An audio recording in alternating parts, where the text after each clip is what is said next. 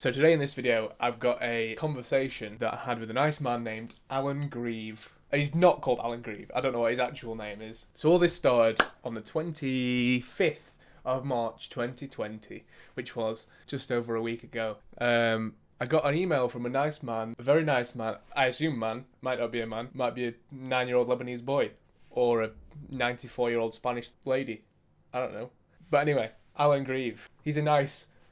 Well, for the sake of the video, we'll call him a nice man from wherever he's from. I think this has gone out to loads of people because I'm aware of at least one other person that's got the exact same email. So what I wanted to do was just see what it was like to email him back and have a conversation with him and just try and waste his time. Because if I'm wasting his time, I take joy in that because he's not scamming other people then, is he? So, well, he probably is. I'm just trying, right? So he starts off his message and says, "Hi, Stephen Cale. Hope all is well with you in life. I've decided to write you this message. I've been in search of someone with the last name Cale, who is trustworthy and reliable." Well, I think I am, but he doesn't know that. "After reading your profile on LinkedIn, I was pushed to contact you and see how best we can assist each other, believing you're the right person for me." Alan. "I'm Alan Grieve, a bank officer here in the UAE. I believe it is the will of God to come across you now. I have a business proposal to share with you, which I believe will interest you because it is in connection with your last name and you are going to benefit from it." He knows what I care about the most, which is my last name. "One late Peter Cale, a citizen of your country, had a fixed deposit with my bank in 2005 for 144 calendar months, valued at $20 million US, which is put in brackets, 20 million United States dollars. The due date for this deposit contract was last 22nd of January 2017. Sadly, Peter was among the death victims on May 27, 2006 earthquake disaster in Java, Indonesia that killed over 5,000 people." Very sad. Obviously, Peter doesn't exist, but, there was 5,000 Peters out there that died, so, However, he was in Indonesia on a business trip, and that is how he met his end. "I knew about it because he was my friend and I am his account officer. Peter did not mention any next of kin/heir when the account was opened. He was not married and no children. Last week, my bank management requests that Peter should give instructions on what to do about his funds if to renew the contract. I know this will happen and that it's so fucking hard to read. I know this will happen and that is why I have been looking for a means to handle the situation, because if my bank directors happen to know that Peter is dead and do not have any heir, they will take the funds for their personal use, and I don't want such to happen. Oh no. That was why when I saw your last name I was happy, and I am now seeking your cooperation to present you as next of kin/heir to the account, since you have the same name with him, and my bank headquarters will release the account to you." Yay! £20 million! $20 million! Yay! "There is no risk involved. The transaction will be executed under a legitimate arrangement that will protect you from any breach of law.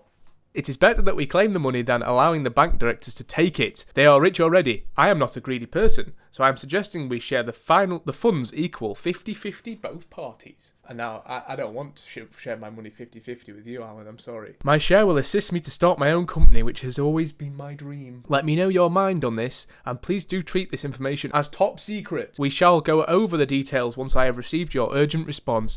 Have a nice day, and God bless. Anticipating your communication. Regards, Alan Grieve." A lot of information to take in there.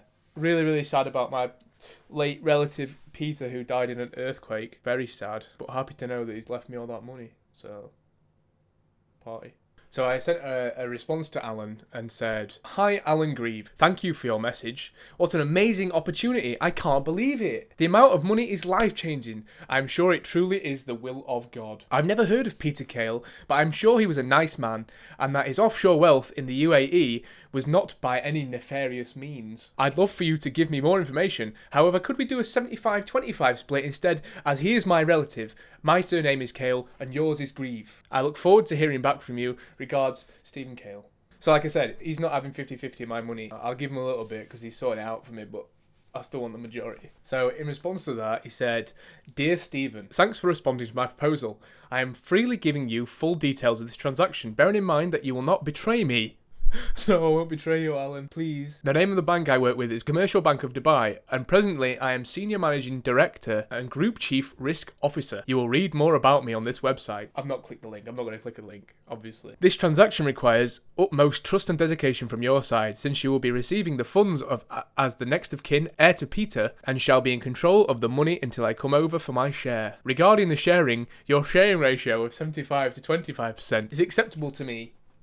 I believe my own share will still do a long way for me. It is better than nothing. You're right there, Alan. I want you to bear one thing in mind. There is no risk involved in this transaction. It is 100% risk-free and secured. Once you follow my instructions and keep everything secret between us, what I have to do is just to place your information in my bank system as next of kin/heir to late Peter, and you will apply for the claim through the lawyer here in UAE. You do not have to come down here for the claim. Oh, thank God, I don't have to travel to the UAE. The lawyer will represent you and handle all documentation involved. As the Senior Managing Director and Group Chief Risk Officer of my bank, the secret of the bank system is under my palm. Placing your details in the system as next of kin/heir to late Peter is an easy job for me. Well, thank you there, Alan. The transaction will be executed under a legitimate arrangement that will protect both of us from any breach of law. You've told me this already. Going to introduce you to a good lawyer here in UAE who will contact and request for his legal services to represent you for the claim. Once this is done, the lawyer will do all the work and documentation required for the release of the funds to you and the rightful next of kin/heir to late Peter. I will present you as a relation to Peter,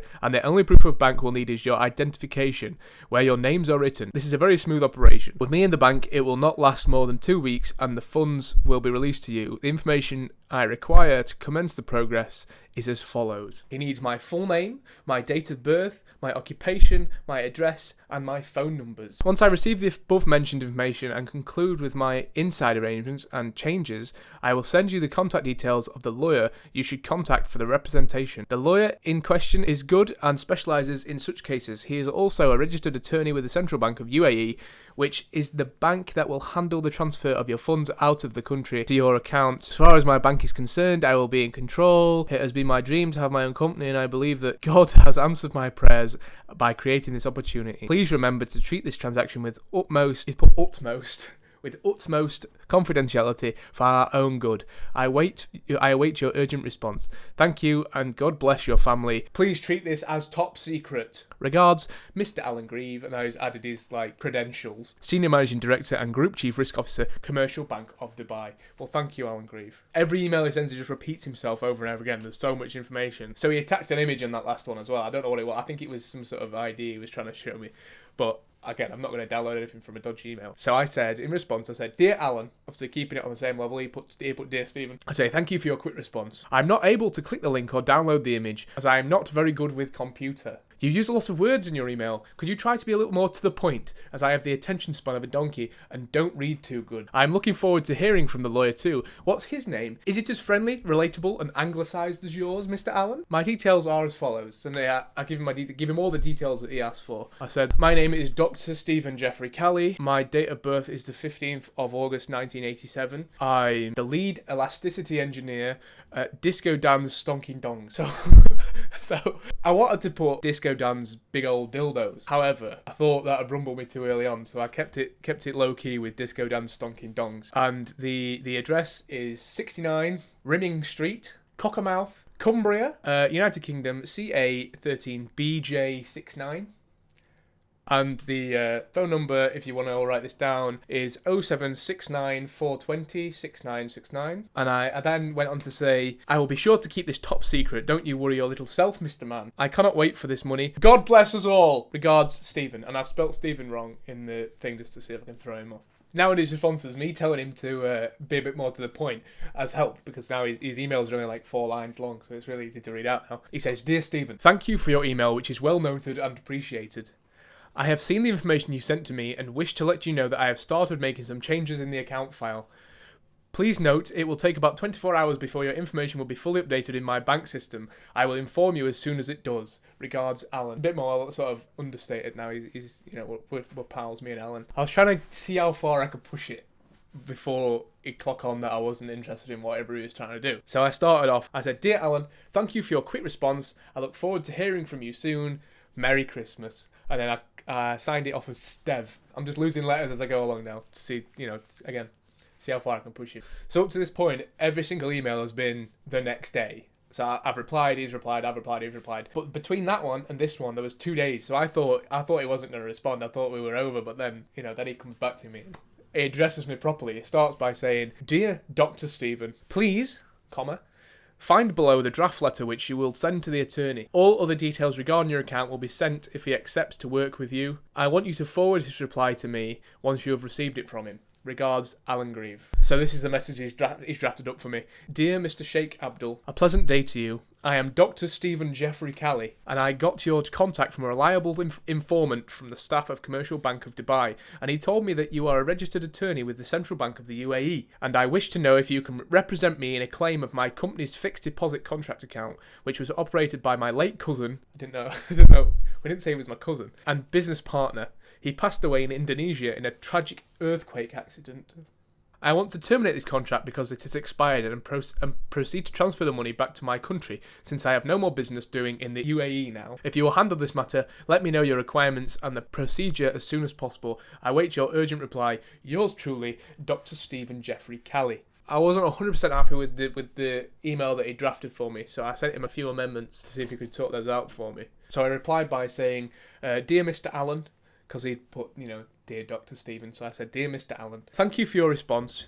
You are very kind in drafting this letter for me. I am forever in your debt. Maybe take out the Mr. before his name, as I'm fairly sure the title would be Sheikh, not Mr. Sheikh. And even though that sounds very funny, I want to keep this as formal as possible. This is a lot of money we're talking about here, Alan." And I said, "Happy Easter," and then signed it off Dr. S. Again, I'm pushing it as far as I possibly can here to just weird him out and see if he clocks on that I'm trying to swizz him. This is the last reply I ever get from Alan, so I think I did push him a little bit too far. He says, "Dear Stephen, thanks for your email, which is well noted and appreciated. It is fine. You can send the email to the lawyer without the Mr.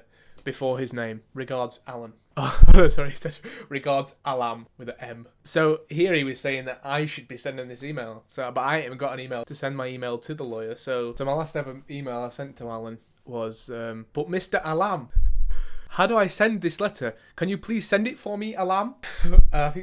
I pushed it a little bit too far. I think this is why he's not replied. I said, "Please, Daddy Alam, please send this letter for me. I need this money, Mr. Alam. I need it." And then a love heart. And I put "much love, kiss, kiss, kiss." And then he never replied to me. So that's the last I heard from Mr. Alam Grieve.